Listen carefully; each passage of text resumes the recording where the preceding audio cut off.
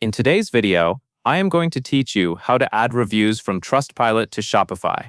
To begin, open the Trustpilot app connected to your Shopify store. The first area you will want to look at is invitation settings. This section controls when automatic review emails are sent to your customers. Setting the timing correctly is important because it helps you reach shoppers at the right moment, usually after they have had enough time to receive and use their order. Take a moment here to choose the timing that makes the most sense for your business. This helps create a better review experience and can improve the quality of the feedback you collect. Next, if you want to gather reviews for individual items and not just your store overall, find the product reviews option and turn it on. Enabling this feature allows customers to leave feedback on specific products they purchased.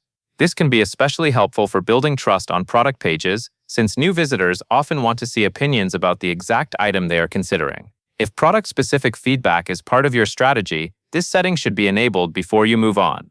After that, go to Website Widgets. This is where you can browse the available TrustBox styles that can be displayed on your Shopify store. You will typically see different layout options, such as a carousel or a grid. Each style presents reviews in a slightly different way, so it is worth taking a moment to look through the options and choose one that fits the design of your store.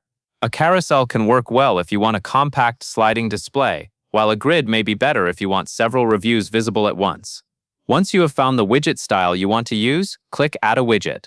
This will open a live preview of your store, which allows you to see how the Trustpilot review widget will look in context.